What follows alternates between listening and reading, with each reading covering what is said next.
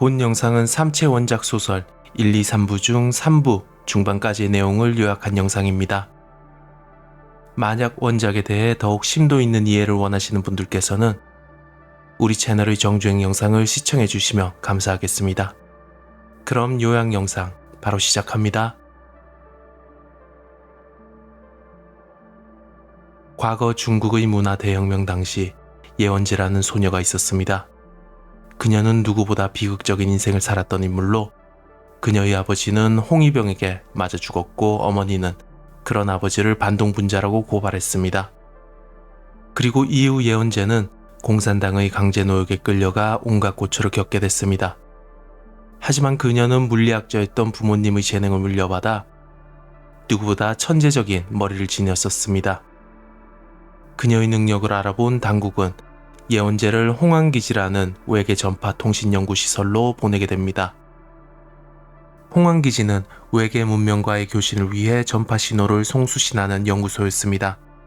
하지만 오랫동안 그 시도는 실패하고 있었는데 기적적으로 예원제가 그 문제를 해결하게 됐습니다. 예원제는 발송하는 신호가 태양계를 벗어나기 위해서는 태양의 전파 증폭 효과를 이용해야 한다고 했습니다. 하지만 연구소의 당 간부는 마오 주석이 곧 태양이라는 설명을 했고 이런 태양을 이용하는 행위는 자칫 목숨이 위태로울 수 있다고 생각했습니다. 결국 이 방법이 금지되자 예원제는 모두가 한눈을 팔던 사이 태양 증폭 효과를 통해 신호를 외계로 발송하고 맙니다. 그로부터 약 8년의 시간이 흐른 어느 날 예원제는 결국 외계 문명의 신호를 받게 됩니다. 그건 8년 전 예원제의 통신에 대한 답신이었습니다. 그 메시지에는 이렇게 적혀 있었습니다. 답신하지 마라. 만약 너희가 대답한다면 우리 세계가 너희를 침공할 것이다.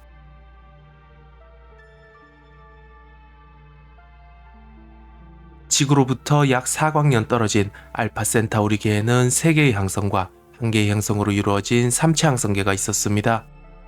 그리고 그 행성에는 지구의 기술을 아득히 넘어서는 삼체인이라는 종족이 살고 있었습니다. 하지만 불행하게도 그들의 행성은 언제 멸망할지 모르는 위태로운 상태였습니다.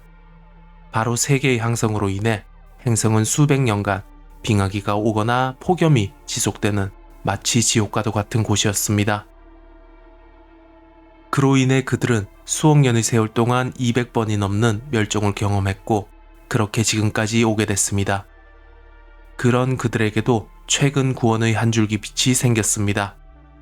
그건 바로 얼마 전 4광년 떨어진 푸른 별의 존재가 드러났기 때문입니다. 최초 그 정보를 알게 된 삼체 세계의 통신원은 이 사실을 숨겼지만 얼마 못 가 발각됐고 그렇게 삼체 세계는 지금 흥분의 도가니 상태였습니다. 곧장 그들은 4광년 너머의 지구를 침공하기 위한 작전을 세웠습니다. 이 작전은 크게 3가지 방향으로 정해졌습니다. 첫째, 삼체 기술의 집약체인 지자라는 양성자 컴퓨터를 광속으로 추진시켜 4년 후 지구에 도착시킵니다. 그 후 도착한 지자의 목적은 지구의 모든 정보를 수집하고 양자 물리학의 발전을 저지하여 인류의 기술을 그들을 도착할 400년 후까지 정체시키는 것이었습니다. 둘째, 지구의 인류 중 배반자들을 찾아내고 그들을 이용해 물리학계를 포함한 주요 과학 분야의 지식 테러를 가하는 것. 셋째, 항성간 함대를 건조해 삼체의 본병력을 400년 후 지구에 도착시키는 것. 이렇게 그들은 침략을 위한 계획을 착실히 수행해 나갔고 인류와 삼체 간의 수세기에 걸친 전쟁이 시작됐습니다. 한편 경고의 메시지를 받은 예원제는 과거 문화 대혁명을 겪으며 인류가 더 이상 자력으로는 자신들을 정화하지 못할 것이라고 생각했습니다. 이에 따라 삼체에게 지구를 점령해 지구인들을 교화시켜달라고 부탁했습니다. 이후 그녀는 석유재벌 에반스라는 인물과 이티오라는 비밀 결사를 조직했고 장막 뒤에서 삼체의 지구 침공을 활발하게 돕게 됐습니다. 지자와 이티오의 방해로 인류의 물리학과 주요 기초 분야는 20세기에 머무른 상태였습니다. 이 방해 공작 중에는 넷플릭스 드라마에 나왔듯 가상현실 게임을 통해 자신들의 조력자들을 모집하고 반대하는 세력들을 제거하기도 했습니다. 결국 과학 연구에 진전이 없던 많은 과학자들은 좌절했고 그 중에는 극단적인 선택을 하는 이들도 생겨나게 됩니다. 한편 이런 과학자들의 연쇄 사건을 조사하던 스창이라는 특수수사대 형사는 과학계를 조사하던 중 왕묘라는 인물을 알게 됩니다. 왕묘 또한 지자와 이티오에 의해 연구를 방해받던 나노 소재 전문가였고 이 둘은 공동으로 사건을 조사하며 결국 에반스를 포함한 이티오의 주 세력을 몰살시킬 수 있었습니다. 또한 그들은 예원제를 생포하게 됐고 이를 통해 삼체 세계와 지자 그리고 그들의 침공 계획에 대해 모든 걸 밝혀내게 됐습니다. 이로써 유엔과 세계 주요국들은 PDC라는 행성방위 조직을 창설해 삼체의 침략에 본격적으로 맞서게 됩니다. 자살했던 수많은 과학자들 중에는 양둥이라는 여성 물리학자도 있었습니다. 그녀는 바로 예언제의 딸이었습니다. 그리고 지금 그녀가 묻혀있는 공동묘지에는 예원제와 러지라는 청년이 있었습니다. 러지는 양둥의 학창시절 친구로서 그녀의 죽음을 애도하기 위해 이곳에 왔다가 우연히 예원제를 만난 것이었습니다. 예원제는 예전부터 러지의 이력에 대해 잘 알고 있었습니다. 그는 우주학을 연구하던 중 사회학으로 전공을 바꾼 이력이 있었고 그런 그에게 예원제는 우주사회학이란 학문의 창시를 권유했습니다. 삼체의 존재가 인류에게 알려진 현재 가장 필요한 학문이 그것이라고 생각한 예원제의 생각이었습니다. 그리고 러지에게 중요한 두 가지 공리에 대해서도 알려줬습니다. 첫째, 생존은 문명의 필요 조건이다. 둘째, 문명은 끊임없이 확장하지만 우주물질의 총량은 불변한다. 그들의 우연한 만남은 그렇게 마무리됐습니다. 이 만남이 있고 나서 얼마 뒤 러지는 자신과 함께 데이트를 하던 여성이 자신의 눈앞에서 교통사고로 사망하는 일을 겪게 됐습니다. 충격이 가시기도 전에 러지는 스창에 의해 어디론가 끌려가게 됩니다. 아마도 스창이 교통사고에 관한 조사를 하려는 것인 줄 알았지만 러지가 붙들려온 장소는 전혀 상상치 못한 곳이었습니다. 그곳은 유엔 본부였고 러지는 다급히 회의장으로 불려가게 됐습니다. 러지가 참석한 회의는 삼체인의 전략에 맞서 전략을 수립할 인류 대표 사인을 발표하는 자리였습니다. 현재 지구는 모든 정보를 지자에게 감시당하고 있었고 지구의 전략 수립 체계는 모두 붕괴된 상태였습니다. 하지만 지자가 절대 침범하지 못하는 영역이 있었으니 바로 인간의 생각이었습니다. 이제 인류 대표 사인으로 선발되는 사람은 모든 전략을 자신의 머리 안에서만 구상해야 했습니다. 그래서 유엔과 PDC는 과거 벽을 보며 수련했던 수행에서 착안해 그들을 면벽자로 칭했습니다. 그렇게 사인의 면벽자가 전 세계에 공개됐습니다. 전 미 국방부 장관 프레드릭 타일러, 베네수엘라 대통령 마누엘 레이 디아즈, 뇌과학자 빌 하인스, 그리고 러지였습니다. 러지를 제외한 3인은 이미 전 세계에 어떤 식으로든 그 명성을 떠쳐왔지만 러지는 그저 대학 교수라는 단촐한 경력뿐이었습니다. 그 누구도 이에 대해 수긍할 수 없었지만 모든 것은 이미 시작되고 있었습니다. 러지는 이 사실에 충격을 받고 급히 건물에서 빠져나오게 됩니다. 하지만 이내 몇 걸음 못 가 그는 이티오의 저격수에 의해 총격을 받게 됐습니다. 다행스럽게도 스창은 이미 이 모든 상황을 대비해 놓고 있었습니다. 그는 이미 러지에게 방탄복을 입혀놨었고 그렇게 기적적으로 러지는 생존할 수 있게 됐습니다. 그리고 이 암살은 유일하게 삼체가 직접적으로 이티오에게 지시한 살인명령이었습니다. 유엔과 PDC가 면벽자 프로젝트를 발표한 뒤 삼체와 이티오도 그들에게 맞설 인물들을 뽑았습니다. 그들은 바로 벽을 부수는 자라는 뜻을 가진 3인의 파벽자들이었습니다. 그들 또한 면벽자 못지않게 인류를 대표하는 천재적인 인물들이었고 그렇게 면벽자와 파벽자 간의 대결이 시작되었습니다. 이 중 가장 빠르게 대결을 끝난 것은 프레드릭 타일러였습니다. 그의 전략은 이러했습니다. 우선 굉원자 핵융합 폭탄을 지구 방위군에게 투하해 그들을 양자중첩 상태의 군대로 만들려 했습니다. 이렇게 된다면 압도적인 기술력을 삼체라 할지라도 불멸의 양자 군대 앞에서는 무용지물이 될 것이라는 생각 때문이었습니다. 하지만 이 전략에는 많은 기술적, 확률적 한계가 있었습니다. 이런 점들을 파벽자는 모두 간파했었고 타일러의 전략은 결국 수포로 돌아가게 되면서 그는 자살로 인생을 마감하게 됐습니다. 다음으로 마무리된 것은 마누엘 레이 디아즈와 그의 파벽자가 대결이었습니다.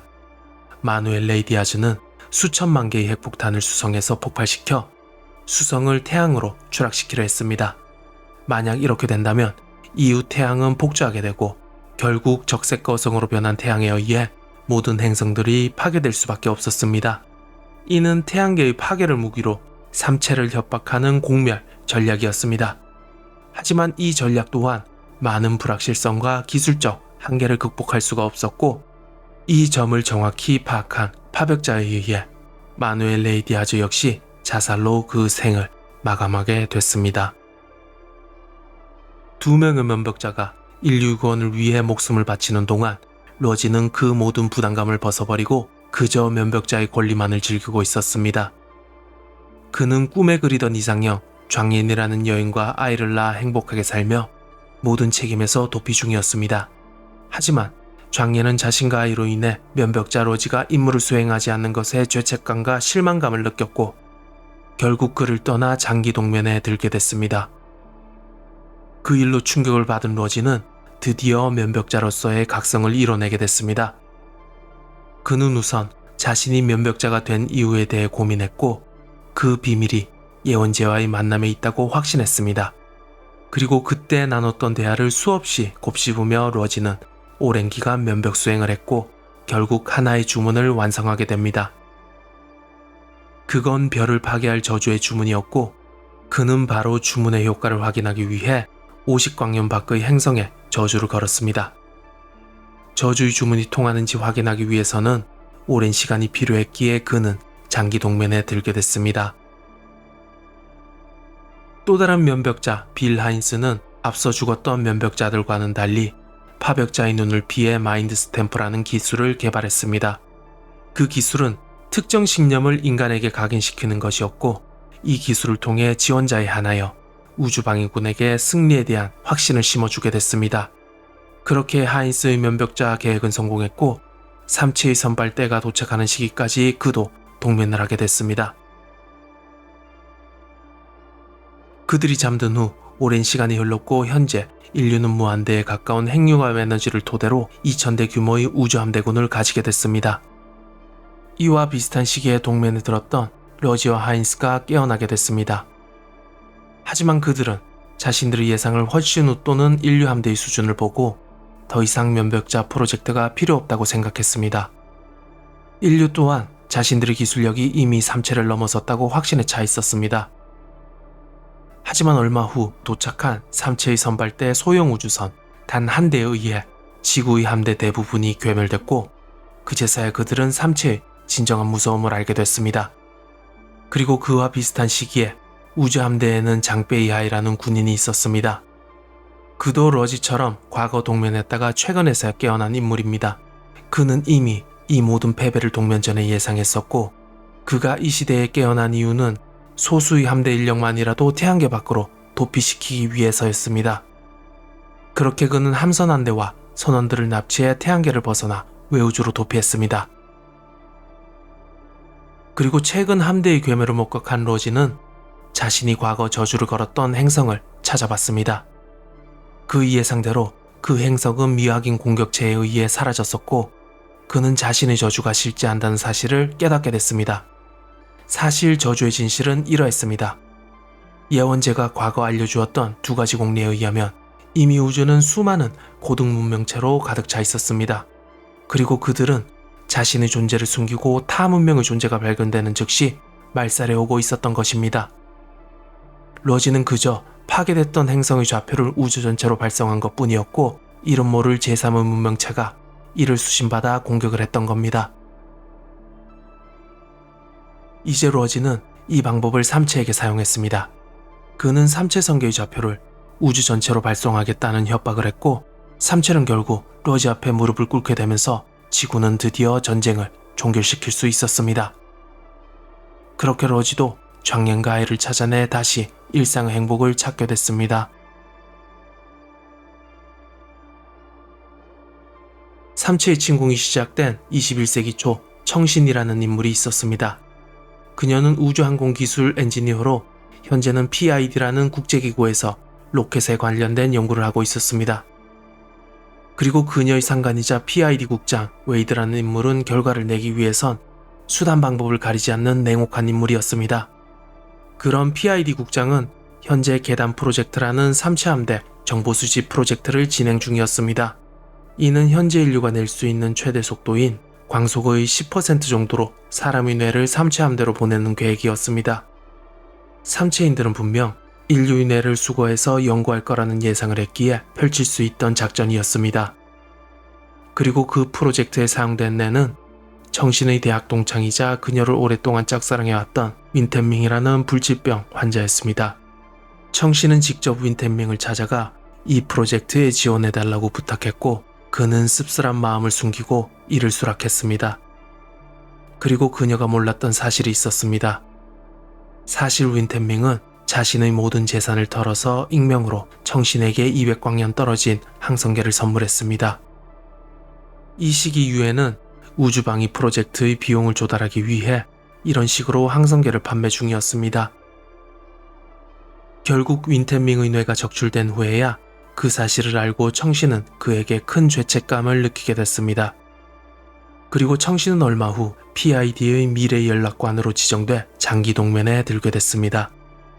그녀가 동면에서 깼을 때는 이미 로지에 의해 삼체가 패배한 상황이었고 그동안 삼체와 인류는 기술과 문화 교류를 통해 엄청난 발전을 이루어냈습니다. 그리고 이 평화를 유지할 수 있었던 근간은 암흑의 숲 위협이라는 중력파 좌표 전송 시스템 때문이었습니다. 그리고 이 시스템을 통해 삼체의 좌표를 우주로 전송할 권한은 로지에게 부여돼 있었고 그런 그를 사람들은 검잡이라고 부르고 있었습니다. 하지만 로지는 이제 노쇠했고 시대는 2대 검잡이를 애타게 찾고 있었습니다. 이 시대는 극단적으로 여성화된 세상이었고 이런 시대에서 청신은 누구보다 2대 검잡이에 적합한 인물로 보였습니다.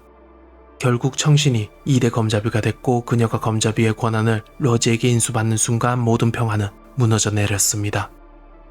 인수식이 있던 날 삼체는 60년간 숨겨왔던 발톱을 드러냈습니다. 하지만 청신은 차마 중력파 시스템의 발사 버튼을 누르지 못했고 결국 모든 발사 시스템이 삼체에 의해 파괴돼 버렸습니다. 인류는 삼체에게 무장해제를 당했고 그렇게 패전국의 노예 생활이 시작됐습니다. 하지만 오래전 외우주로 도피했던 장빼이 아이의 의지를 잇는 후배들은 지구의 패전을 알게 됐고 다행스럽게도 그들에게는 중력파 발사 장치가 있었습니다. 그들은 청신을 대신해 삼체 성계의 좌표를 전 우주로 발송하게 됐습니다. 하지만 이는 결국 태양계의 공멸을 의미하기도 했습니다. 삼체 성계를 파괴할 고도의 문명은 결국 삼체 세계와 지구의 교신 기록도 찾아낼 것이기에 삼체 다음 타겟이 지구가 될 것은 불보듯 뻔한 상황이었습니다. 그렇게 몇 년 뒤 삼체 성계는 파괴됐고 인류도 얼마 남지 않은 파멸의 시간만을 우울하게 기다리게 됐습니다. 여기까지가 1부 삼체 문제, 2부 암흑의 숲, 그리고 3부 사신의 영생 중반까지를 빠르게 요약한 내용입니다. 이후 내용이 궁금하신 분들께서는 우리 채널에 올라와 있는 삼체 원작 정주행 시리즈 14화부터 시청해 주시면 됩니다. 그럼 오늘 영상도 시청해 주셔서 감사드리며 앞으로 더 좋은 영상으로 찾아뵙겠습니다.